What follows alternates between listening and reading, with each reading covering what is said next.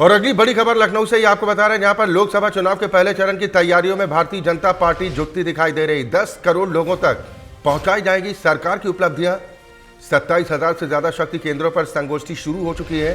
ये बड़ी खबर उस वक्त आपको बता रहे हैं। एक संगोष्ठी में 200 लोगों को शामिल किया जा रहा है।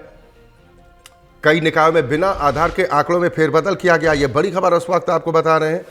लखनऊ लोकसभा चुनाव से पहले चरण की तैयारियों में भारतीय जनता पार्टी अब जी जान से जुटती दिखाई दे रही है।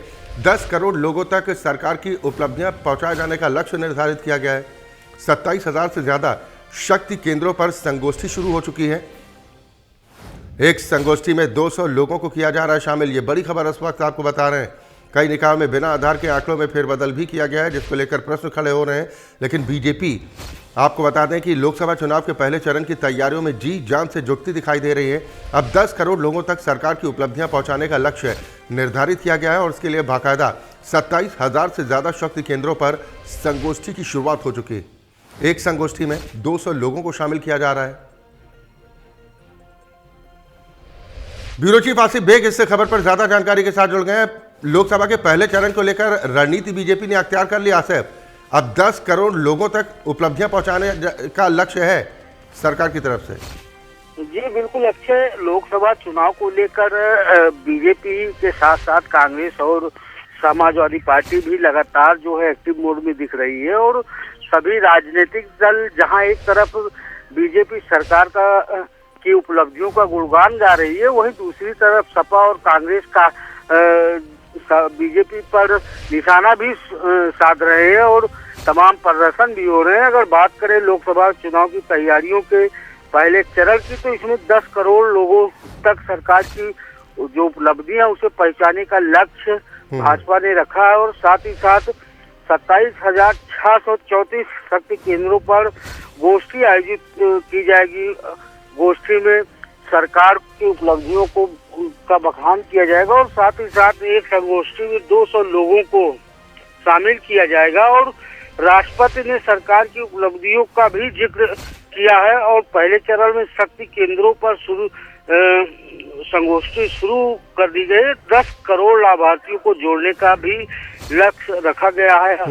दूसरे चरण में बीजेपी आम जनता के बीच जाएगी और इसकी जिम्मेदारी जो लोकसभा चुनाव के दौरान सभी मंत्री विधायकों को जो है सख्त निर्देश दिए गए हैं कि वह जनता के बीच पहुंचे। उपलब्धियां सरकार ने जो उपलब्धियां हासिल की है उसे जन जन के बीच पहुंचाए। इसको लेकर बीजेपी की एक रणनीति भी बनाई गई है और माना जा रहा है कि लोकसभा चुनाव को लेकर काफी बीजेपी आक्रामक मूड में है और लगातार जो है जो शिलान्यास कार्यक्रम भी चल रहा है। कई योजनाओं का शिलान्यास किया जा रहा है, लोकार्पण किया जा रहा है और साथ ही साथ एक खास हिदायत मंत्री और विधायकों को भी दी गई है कि वह जनता के बीच पहुंचे और जनता का जो दुख दर्द है उसे सुने।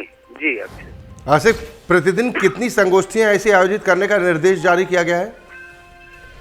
जी बिल्कुल, अगर बात करें संगोष्ठी की, अगर यूपी की बात करें तो यूपी में जो संगोष्ठी है वह नुक्कड़ चौराहों पर और साथ साथ जो जितने जिले हैं, अगर बात करा जाए जिलों की, तो 75 जिले हैं और राजधानी लखनऊ को लेकर या जिले शामिल हैं। तो राजधानी लखनऊ में लगातार संगोष्ठी का कार्यक्रम चल भी रहा है और साथ ही साथ डिप्टी सीएम, दोनों डिप्टी सीएम पूरी तरह से एक्टिव हैं और जो क्षेत्रीय विधायक हैं वह लोगों के बीच पहुंच रहे हैं। तमाम जो योजनाएं हैं, जो शिलान्यास कार्यक्रम है और जो उपलब्धियां हैं सरकार ने किया है उसको लेकर भी जो है कार्यक्रम चल रहा है। अगर बात करें संगोष्ठी के नंबरों की, तो लगातार संगोष्ठी चल रही है। नुक्कड़ चौराहों पर विधायक और मंत्री सभी तरह से पूरी तरह एक्टिव नजर आ रहे हैं। जी, कोई डेडलाइन तय की गई है 10 करोड़ लोगों तक पहुंचने की, समय सीमा कोई?